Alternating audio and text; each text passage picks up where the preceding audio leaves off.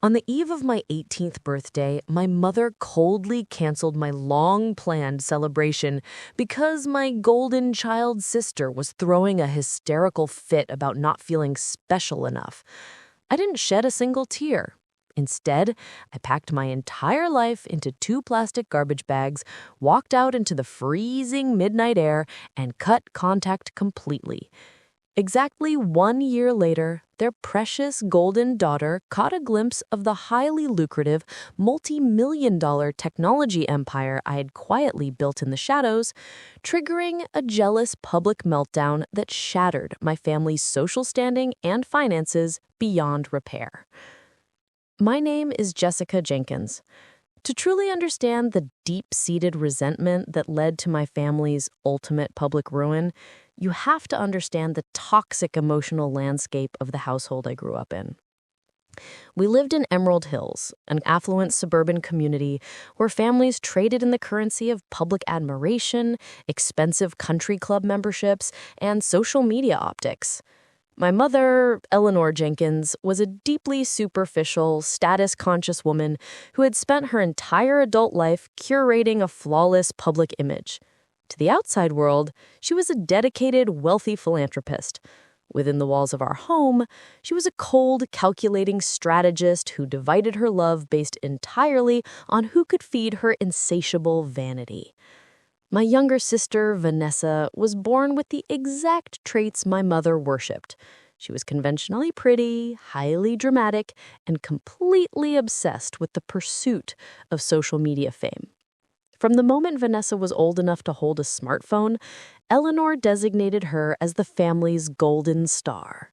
Vanessa was given modeling classes, private vocal coaches, and an endless stream of expensive designer clothes, all funded by the remnants of our late father's estate.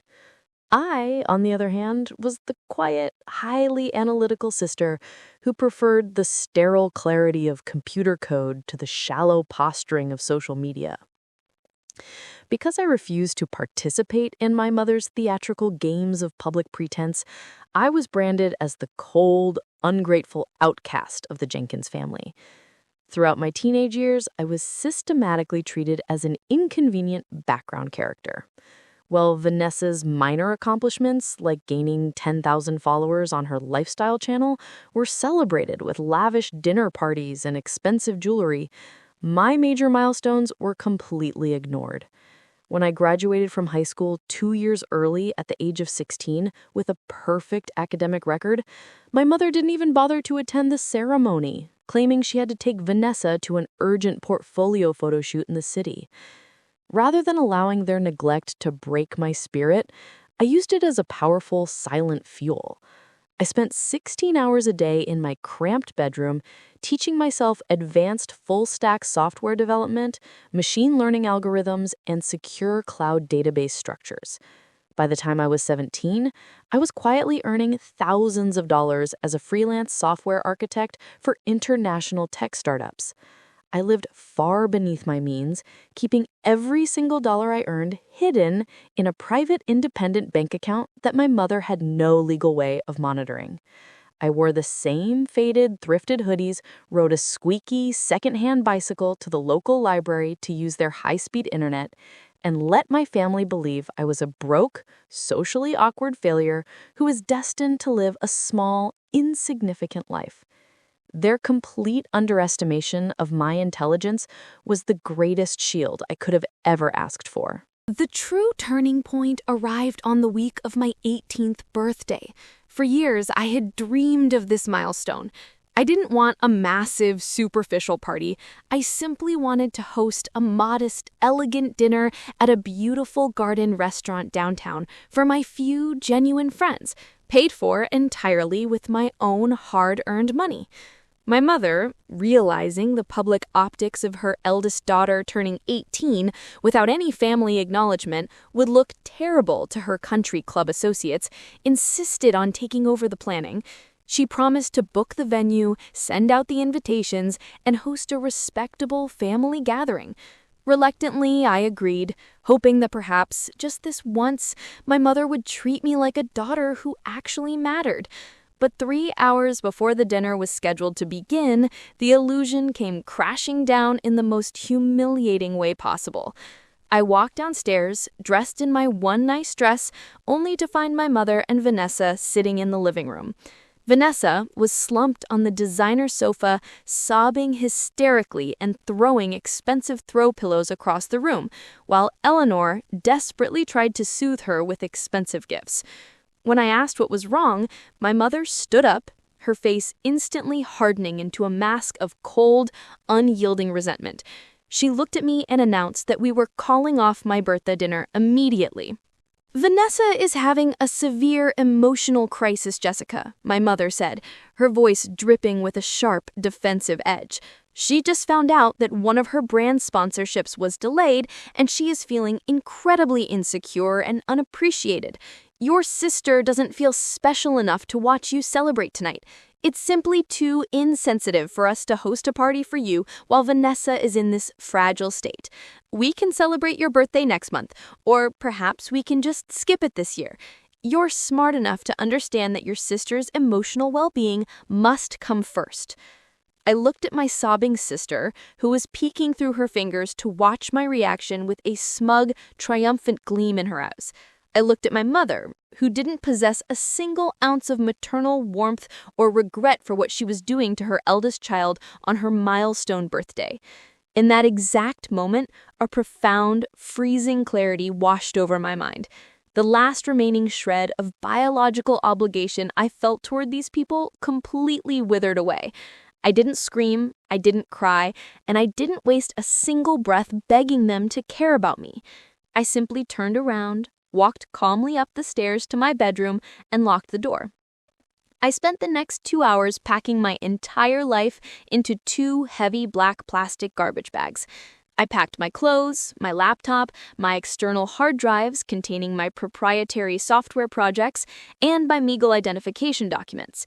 At exactly midnight, the moment I officially turned 18, I quietly slipped down the back staircase, opened the kitchen door, and walked out of the house into the freezing November rain. I called a local rideshare, drove straight to a modest, clean studio apartment I had secretly rented 2 weeks prior using my freelance income, and never looked back. I blocked my mother's and sister's phone numbers on all devices, completely severing the toxic cords that had strangled my potential for 18 years. Over the next 12 months, my life underwent an extraordinary, meteoric transformation. Free from the suffocating, exhausting psychological warfare of my mother's house, my creative and intellectual capacity exploded. I poured every ounce of my energy into launching my own independent technology startup, a specialized, AI-driven logistics and inventory optimization platform called Apex Flow Systems. The software was a revolutionary masterpiece, capable of reducing supply chain overhead for e-commerce brands by a staggering 40%. Within 6 months of our public launch, Apex Flow went viral within the global tech community. We secured a massive $7 million seed funding round from a prestigious venture capital firm in Silicon Valley, and our client acquisition rates skyrocketed. By the time my 19th birthday approached, I was the CEO of a highly successful, multi-million-dollar technology company. I moved into a breathtaking, minimalist, luxury penthouse overlooking the city skyline, dressed in impeccably tailored, quiet luxury clothes, and was surrounded by a brilliant, dedicated team of developers and executives who respected my vision, my work ethic, and my intellect. I had completely rebuilt my reality from the ground up, entirely on my own terms. Meanwhile, completely unbeknownst to me, my family's superficial world was rapidly disintegrating. My mother's desperate pursuit of social standing had led her to fund Vanessa's increasingly expensive lifestyle through high-interest personal loans and risky margin accounts, completely draining our late father's remaining trust assets. Vanessa, desperate to project the image of a highly successful, elite luxury influencer, had convinced Eleanor to back her in launching a high-end luxury lifestyle brand called V-Lux Beauty. They had planned a massive, incredibly expensive launch event at the most exclusive commercial venue in the city, the Sapphire Plaza rooftop garden, fully believing this launch would save them from their mounting secret debts. The ultimate collision of our two completely different worlds occurred on a crisp Friday afternoon at the Sapphire Plaza. What my mother and sister did not know was that 3 months prior, my private real estate investment firm, Vanguard Holdings, had quietly purchased the entire Sapphire Plaza commercial complex for $22 million as part of our corporate portfolio expansion. I held the absolute, ultimate authority over all leasing agreements, vendor contracts, and event bookings within the entire Sky High development. I was sitting in the executive boardroom of the plaza, reviewing quarterly revenue reports with my lead corporate counsel, when a loud, frantic commotion began echoing from the reception lobby. I stood up, stepped out of the boardroom, and walked toward the glass doors of the main office. My eyes widened slightly as I took in the scene. My mother, Eleanor, and my sister Vanessa were standing at the reception desk screaming at my terrified front desk coordinator. Vanessa was dressed in an ostentatious, bright pink designer outfit, her face twisted in a look of ugly, spoiled rage, while Eleanor was aggressively waving a stack of legal venue contracts in the receptionist's face. "I don't care about your corporate scheduling system," Vanessa shrieked, her voice echoing off the polished marble walls. "We have over 200 elite influencers and media outlets arriving here in 3 hours for the Velux Beauty launch. Your venue manager just told us our booking has been canceled due to an outstanding corporate balance. Do you have any idea who we are? We are the Jenkins family. We demand to see the owner of this building immediately." My corporate security team was about to intervene when I quietly raised my hand, signaling them to stand down. I stepped through the glass doors and walked calmly into the center of the reception lobby, my expensive heels clicking softly against the marble floor. I stood perfectly still, my arms crossed, and looked directly at the two women who had discarded me like trash exactly 1 year ago. "There is no need to scream at my staff, Eleanor," I said, my voice incredibly calm, smooth, and completely devoid of any emotional hostility. "If you have an issue with the leasing contract of this complex, you can address it directly with me." The silence that followed my statement was so absolute, it felt suffocating. My mother's mouth opened slightly as she stared at me, her eyes darting from my tailored designer suit to the massive polished silver logo of Apex Flow Systems mounted on the wall behind me. Vanessa's face turned an unnatural, blotchy shade of red as she took in my flawless appearance, the expensive diamond watch on my wrist, and the team of executive assistants standing respectfully behind me. "Jessica?" My mother gasped, her voice trembling with a mixture of shock and immediate embarrassment. What is the meaning of this? Why are you dressed like that? What are you doing in this corporate office?" "I own this office, Eleanor," I replied smoothly. "In fact, my investment firm purchased this entire commercial complex 3 months ago, which means I am the sole landlord of the Sapphire Plaza rooftop garden." Vanessa's eyes went completely wide, a look of pure, unadulterated jealousy washing over her features. She stepped forward, her voice rising to a frantic, hysterical pitch, as her carefully cultivated influencer persona completely shattered in public. "You? No, that's impossible. You're just a broke, pathetic loser who ran away because you couldn't handle not being the center of attention on your birthday. There is no way a freaky coder like you owns this building. You must be sleeping with the real owner. You're just trying to ruin my life because you've always been jealous of my success." "Enough, Vanessa."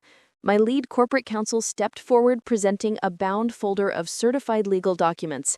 "This is Dr. Jessica Jenkins, the majority shareholder and chief executive officer of Apex Flow Systems and Vanguard Holdings. Any further defamatory statements made against our CEO on these private commercial premises will result in an immediate multi-million-dollar civil lawsuit." The reality of the situation crashed down on my mother like a physical blow. Eleanor literally stumbled backward, clutched the edge of the mahogany reception desk for support, and stared at me with a look of frantic, desperate panic. She knew that the Velux beauty launch was their absolute last chance to avoid total financial liquidation. She looked at me, her features twisting into a sickeningly sweet, fake maternal smile, as she took a step toward me, her voice trembling with artificial tears. "Jessica, my sweet, beautiful girl," Eleanor stuttered, her voice trembling with tears as she took a step toward me. "Oh, thank goodness. It's you! We have been looking for you for a whole year. We were so worried about you. Look at how incredibly successful you've become. I always knew you had your father's brilliant mind. Since you own this building, you can easily waive our venue fee and let us host the launch. In fact, we can combine our businesses. You can use your tech capital to fund Vanessa's brand, and we can be a real, powerful family again. We can fix all of this together." I took a slow, deliberate step backward, completely out of her reach, and looked her dead in her eyes. "There is nothing to fix, Eleanor. You canceled my 18th birthday because Vanessa didn't feel special enough. You threw me out of your life because my quiet intellect didn't feed your public vanity. I built this entire empire with my own hands, while you were busy siphoning your late husband's estate to fund a spoiled child's delusions. I will not spend a single dollar of my hard-earned capital to bail you out of the consequences of your own greed." Hearing those words, Vanessa completely lost her mind. She let out a guttural, hysterical scream of pure, toxic jealousy, grabbing a massive, expensive crystal vase from the reception table and hurling it violently against the marble wall, shattering it into thousands of pieces. She began clawing at her own hair, screaming that she was the star, that she was the one who deserved the luxury lifestyle, and that I was nothing but a thief who had stolen her destiny. My security team wasted no time. They immediately grabbed Vanessa by her arms, restraining her while my corporate counsel dialed the police. Within 10 minutes, the local authorities arrived, placing a screaming, thrashing Vanessa in handcuffs in full view of the prominent socialites and media representatives who had just begun arriving for her launch event. The entire scene was captured on video by several local journalists, spreading across social media like wildfire within hours. The public exposure of Vanessa's violent, unhinged meltdown completely destroyed her brand's reputation before it even launched. Sponsors pulled out immediately, and the public humiliation completely shattered my family's standing in Emerald Hills. The financial fallout was swift and total. Without the launch to secure their investments, my mother's creditors moved in quickly, forcing her into involuntary bankruptcy. Their family home, their luxury vehicles, and their high society memberships were permanently seized to pay off their massive mountain of debts. My mother and sister were forced to move into a tiny, cramped rental apartment in a rundown part of the state, completely abandoned by the wealthy country club friends they had spent decades trying to impress. When a mother looks at her own daughter on her 18th birthday and demands she cancel her celebration just because a spoiled sister doesn't feel special enough, she permanently destroys the foundation of what it means to be a parent. True self-reliance means having the absolute courage to pack your bags in the dark, trust the silent power of your own unique talents, and understand that your boundaries must be guarded with an iron wall against the parasitic demands of those who share your biological blood. When your own family chooses to sacrifice your major life milestones on the altar of a golden child's fragile ego, do not waste your precious youth begging for their love or trying to correct their blindness. Simply step back, let the quiet labor of your own brilliant mind bear its undeniable, massive financial fruit, and build your own empire far away from their toxicity. When the storms of reality inevitably blow away the shallow illusions of those who mistreated you, never feel obligated to lower your anchors to save a ship that was entirely built on vanity and deceit. Walk forward into the brilliant abundance of your own creation, protect your peace at all costs, and never look back at the desert you had to cross to find your true home. Protect your achievements from those who only seek to exploit them, and let the cold reality of their own choices be the ultimate teacher to those who sought to leave you in the shadows.